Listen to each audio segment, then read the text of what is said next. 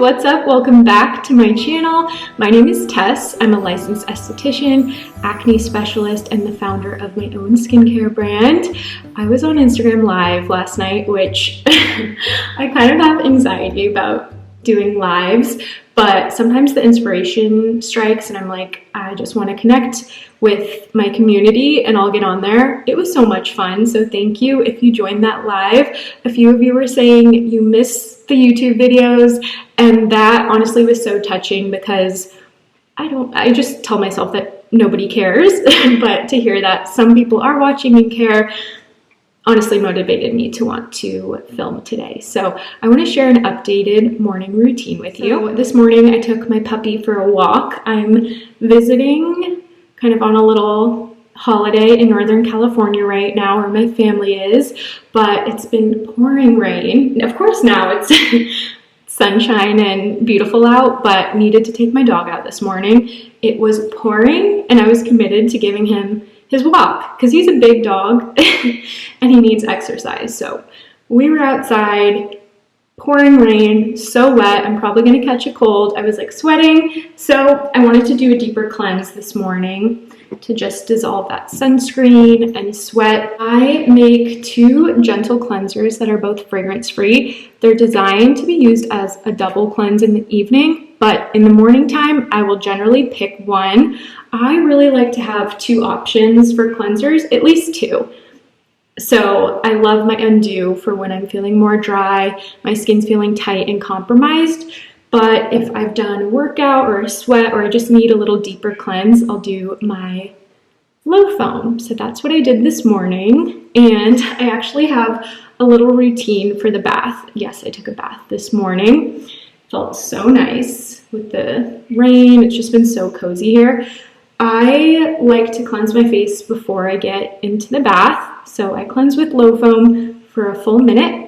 And then I'll generally apply some sort of mask. One very important rule in skincare is you don't want to leave your skin bare and damp for long periods of time. For example, a bath when you're sweating a little bit, skin can be damp. You want to make sure you have some hydration on the skin. So I used my favorite, the CBD Hydrotherapy mask. This is my all-time favorite hydrating mask. I'm just obsessed with it. It smells like vanilla bean cake. It's just delicious.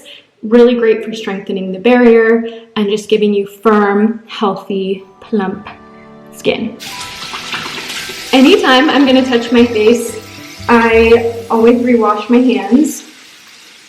So I'm using Low Foam.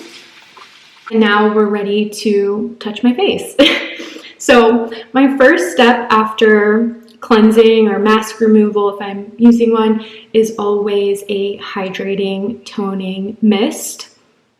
Now, I feel like a lot of professionals will tell you toners are not necessary. They're kind of like a frilly thing. I really think toners make a big difference in how your other products penetrate. And I think one of the keys to hacking healthy winter skin is trying to get hydration in at every possible step. So especially after cleansing, when water is evaporating from your skin, it is at its most vulnerable state. It goes through something called transepidermal water loss, where water is literally leaving the skin. So that's a great time to really reinforce hydration. I love the CBD mist. It is my ride or die from Glymed. I've been using this probably 3, maybe 4 years. It's just the best. It's a brightening, hydrating, toning mist. It has niacinamide in it, so it's very calming for the skin. My rosacea happens to love it, and I'll also use it to set my makeup. One other thing I love about Glymed Plus is all of their products go through very strict trials to make sure they are safe for acne-prone skin. So you don't have to worry about anything from the Glymed line clogging your skin. I think it's a great line to start with if you are trying to kind of ease into professional skincare. I'm gonna apply my plated serum next. Whoops, stuff is definitely pricey. It uses exosomes. So I I tried to make the 2 pumps really work for me. And I shouldn't say always, as of late. After a hydrating toner, I love to get a hydrating serum on my skin. A really good rule of thumb to follow if you're ever confused as far as what order to use products in, you want to go from thinnest viscosity to thickest. So this is a nice water-based consistency. This is my complex anti-inflammatory serum. It is packed with antioxidants, anti-inflammatories, antimicrobial, and healing benefits. So it's a product absolutely anyone and everyone can use. For me, I'm prone to melasma, rosacea, and acne. These are conditions that are inflammatory conditions. The cascade of inflammation is kind of the initial starting point for all of it. So if I can use something that keeps my skin calm and hydrated and supported, that is the ideal canvas for me.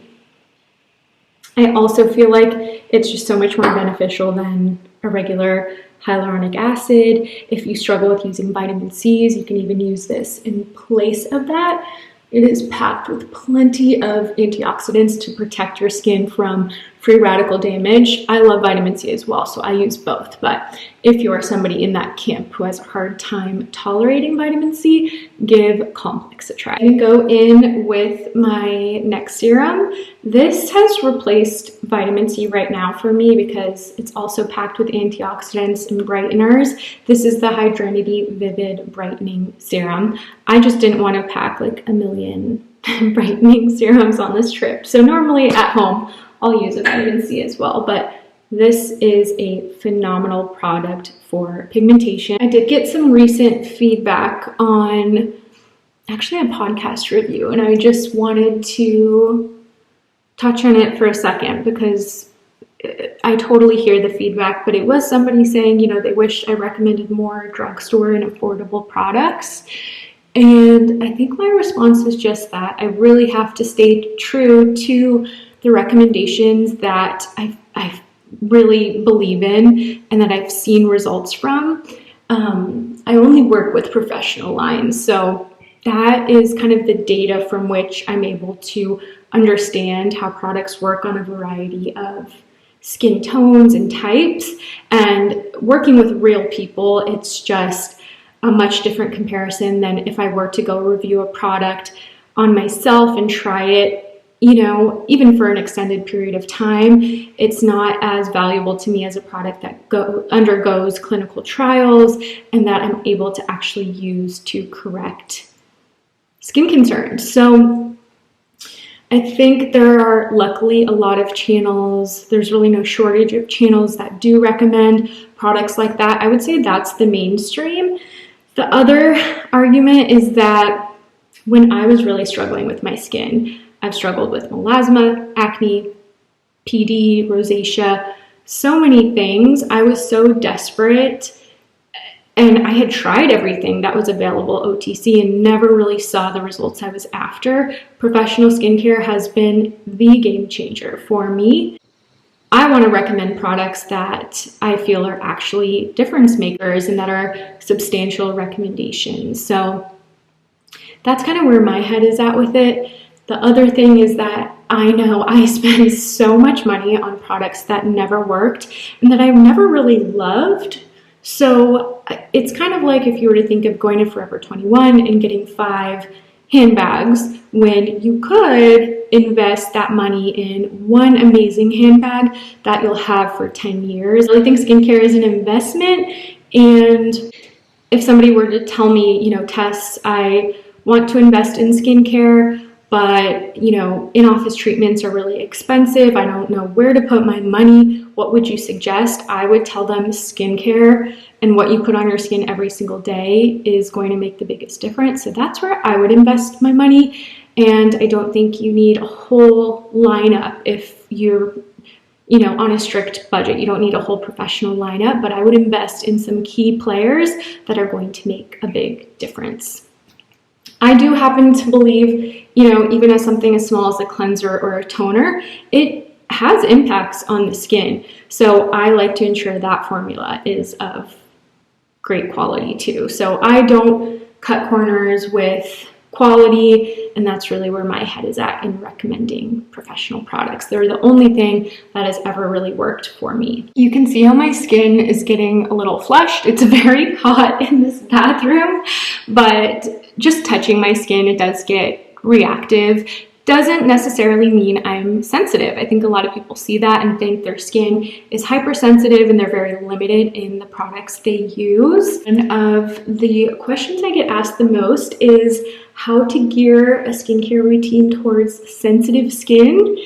And with that, I just have a lot of questions because sensitivity can vary so much depending on the person who's saying they're sensitive. For one person, they've been sensitive since birth. They're a true sensitive skin. For somebody else, their skin could be sensitized. They're using the wrong products. They don't focus on barrier repair. They don't use sunscreen, things like that. And then lastly, I think there is a category of people that I would say are more weak skin versus sensitive. And it's not sensitized, it's not sensitive, aka it's not compromised, and it's not skin that was essentially born hypersensitive, but it's skin that can tolerate more, that's never been strengthened. Kind of like if you were to go work out for the first time, you're gonna be sore. You need progressive overload, and to me, actives are kind of like strength training the skin. They make the skin stronger. When I first started out with professional skincare, my skin was so unpredictable and so weak, and now it can really tolerate almost anything, and it's still healthy. It's not compromised. It's strong and it's resilient.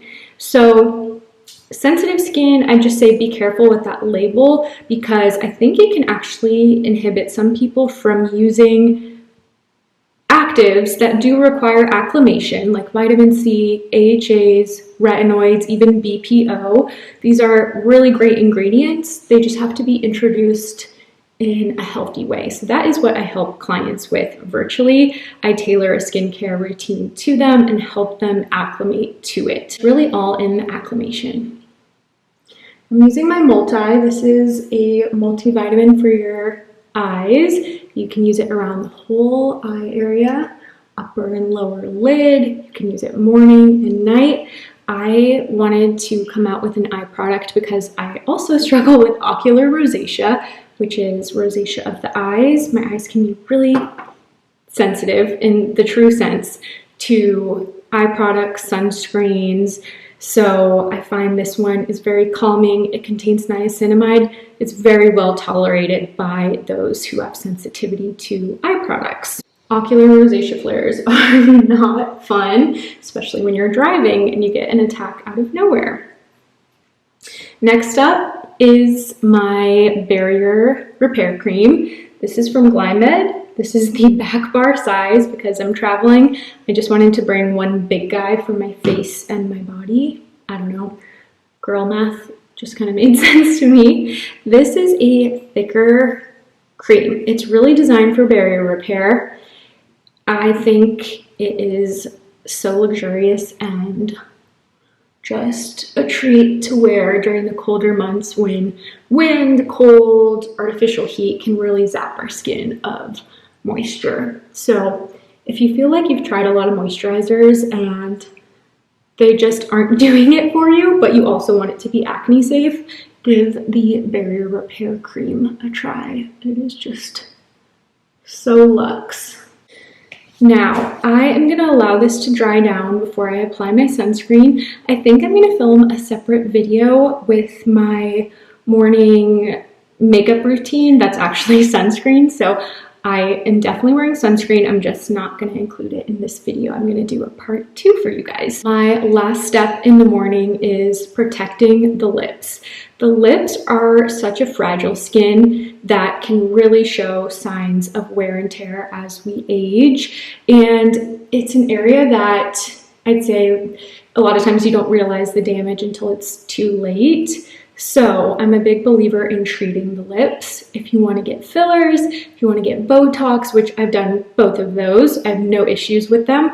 Just don't forget you want to also support the integrity of the lips and treat them just as you treat the rest of your face. And most of us are not treating our lips. We're actually just putting an occlusive like Aquaphor on, and that's great, but it's really just a sealant. It's not actually treating and repairing the tissue. So if I use an occlusive, I will use Cell Balm, but I always put lip slip on first. This is my serum, and then this is like my little sealant to go over top. And one little hack I like to do every morning, I take the corner of my towel when I'm getting out of the shower and just make sure it's damp or wet, and I rub vigorously on my lips. That's a little tip I learned from Jan Marini to help bring fresh new baby cells to the surface of the skin and stimulate collagen.